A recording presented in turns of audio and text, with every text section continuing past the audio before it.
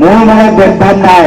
মই যিমান মুছলমানক ভাল পাওঁ সিমান খ্ৰীষ্টানকো ভাল পাওঁ, যিমান মুছলমানক ভাল পাওঁ সিমান হিন্দুকো ভাল পাওঁ, মই যিমান মুছলমানক ভাল পাওঁ সিমান শিখকো ভাল পাওঁ, ইছাইকো ভাল পাওঁ। আমাৰ মনত ভেদভাৱ নাই। আমি কেৱল মানৱতা চিনি পাওঁ, মানৱতা। আমি কোনো হিন্দু মুছলমান চিনি নাপাওঁ। আৰু আমাৰ ৰাইজৰ দলটোৱে গঢ় লৈ উঠিছে একমাত্ৰ মানৱতাৰ ওপৰত। ইয়াত আদানী আম্বানীৰ যিমান সন্মান পাব, মোৰ গাঁৱৰ ৰাম, মোৰ গাঁৱৰ ৰহিম চাচাইও সমান সন্মান পাব। আমি সৰ্বসাধাৰণ হালোৱা, হজোৱা, ৰনোৱা, বনোৱা এই সকলোকে লগত লৈ আগবঢ়া এটা দল। আৰু এই দলৰ সভাপতি অখিল গগৈ ডাঙৰীয়া। এতিয়া যে অখিল গগৈ ডাঙৰীয়াই বদনাম কৰি আছে, বিধানসভাত কোনে মান মাতে এই মানুহখিনিৰ কাৰণে? যেতিয়া মানৱ ডেকাই দুষ্ট বিধায়ক মানৱ ডেকাই যেতিয়া কয় অখিল গগৈ ইয়াক ৰুলিত ধৰি বাহিৰলৈ উলিয়াই দিয়ে বুলি কয়, তেতিয়া 26টা MLA 7টা পলালে, হয় নে নাই? 7টা বিজেপিলে পলালে ইহঁতৰ দলৰ, কংগ্ৰেছ দলৰ। বাকী যে 19টা MLA আছে, এই 19টাই মাত মাতিছে নেকি? কিয় এনেকে কব?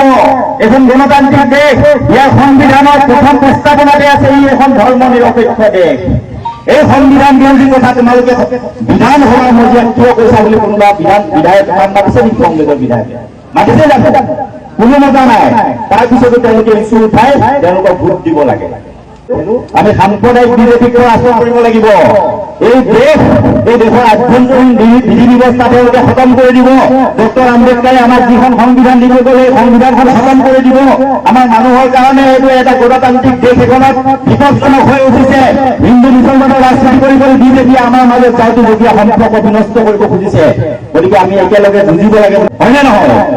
এই যে উচ্ছেদ কৰিলে সন্ত্ৰাসবাদীৰ দৰে ব্যৱহাৰ কৰি বিজেপিয়ে সন্ত্ৰাস সৃষ্টি কৰি আমাৰ মানুহবিলাকক যে উচ্ছেদ কৰি দিলে, ঘৰ ভঙা মানুহবিলাক সন্ত্ৰাসবাদী হয়নে নহয়? হয়নে নহয়? ঘৰ কিয় বনাও? আমি ঘৰ কিয় বনাও? আমি গোটেই জীৱন ঘৰ ঘূৰাই থোৱা পুঁজি খৰচ কৰি এটা ঘৰ বাঁধো, ঘৰ খালো, তাত আমাৰ ভৱিষ্যত প্ৰজন্ম সুৰক্ষিত হৈ থাকিব।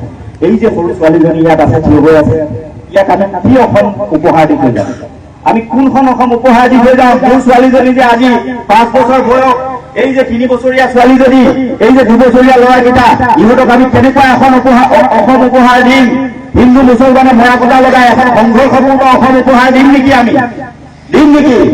আপোনাৰ ল'ৰাটো যেতিয়া লখিমপুৰলৈ যাব, মোৰ ছোৱালীজনী মুছলমান বুলি হাঁহিব, মোৰ ছোৱালীজনী যেতিয়া নাওবৈচাত আহিব আপোনালোকে হিন্দু বুলি হাঁহিব।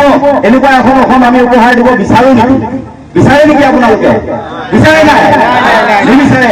গতিকে এই ব্যৱস্থাটো আমি খতম কৰিব লাগিব।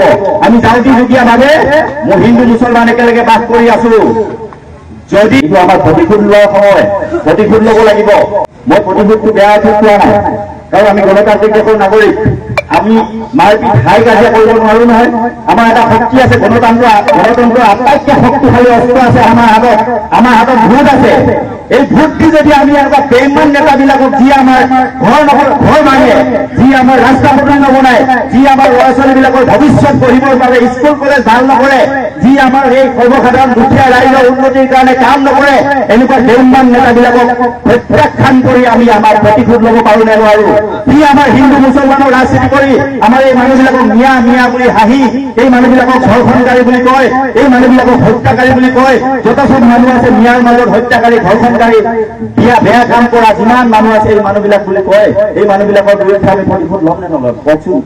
প্ৰতিশোধ লোৱাৰ সময় মিয়া বুলি হোৱা প্ৰতিজন মানুহে ইয়াৰ প্ৰতিশোধ লোৱাৰ সময়। গতিকে 2 তাৰিখে আমাৰ ইলেকশ্যন আহিছে। এই ইলেকশ্যনত আমাৰ ইয়াৰ পৰা মিনি MLA জিকাব লাগিব, আমাৰ ফাতিমা বেগমক জিকাব লাগিব, আৰু আমাৰ সমান্তৰালভাৱে আছিয়া বেগমক জিকাব লাগিব। আপোনালোকক কথা দিছো, মই নাওবৈচালৈ যেতিয়া আহিছো, নাওবৈচাৰ মানুহে অভিযোগ কৰে এটা ঘৰ দিবলৈ 5,000 পৰা 20,000 টকা তেওঁলোকে ঘুষ বিচাৰে। বৃদ্ধ পেঞ্চন আঁচনি দিবৰ কাৰণে ফৰ্মখন ফিল আপ কৰিবলৈ 200 টকাৰ পৰা 1000 টকা বিচাৰে।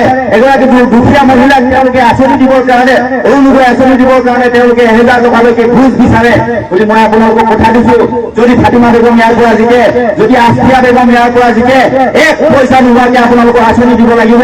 যদি আঁচনিৰ নামত 20 টকা এটা আপোনালোকৰ পৰা যদি ঘুষ বিচাৰে, তেনেহ'লে তেওঁলোকৰ ঘৰ ঘেৰাও কৰা হ'ব। আপোনালোক সকলোৱে সন্মুখত মই খাৰা হৈ থাকিম, এই ডাক্তৰ হৰিকান্ত দাস খাৰা হৈ থাকিব, আৰু তেওঁলোকৰ ঘৰ ঘেৰাও কৰি প্ৰতিবাদ কৰা হ'ব।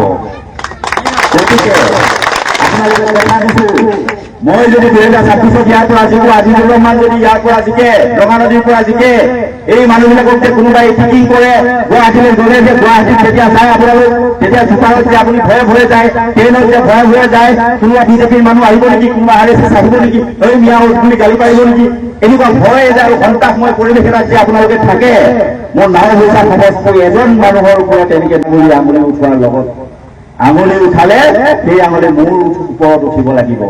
আপোনালোকক কথা দিছো, কোনো দেশৰ নাগৰিকক তেওঁলোকে দুৰ্ব্যৱহাৰ কৰিব নোৱাৰিব। বাৰে বাৰে কওঁ, মোৰ যে ফেচবুক পোষ্টত লিখে, কালিও লিখিছে, মই সিহঁতক বুঢ়া আঙুলি দেখাই দিওঁ, এনেকে বুঢ়া আঙুলি দেখাই দিওঁ। এইখিনি মোৰ নাগৰিক, মোৰ দেশৰ নাগৰিক, এই মানুহৰ ওপৰত তোমালোকে মিয়া বুলি ফিটিং কৰি এনেকুৱা ধৰণৰ অপশব্দ প্ৰয়োগ নকৰিবা। সকলোকে সন্মান সহকাৰে জীয়াই থকা ভাৰতীয় সংবিধানে অধিকাৰ দিছে আৰু এই সন্মান সহকাৰে সকলোকে কথা ক'ব লাগিব। এই যদি নাওবৈচাৰ পৰা মই জিকো, আপোনালোকক কথা দিছো, কোনেও এনেকে আঙুলি ফুৰাব নোৱাৰিব। গতিকে আপোনালোক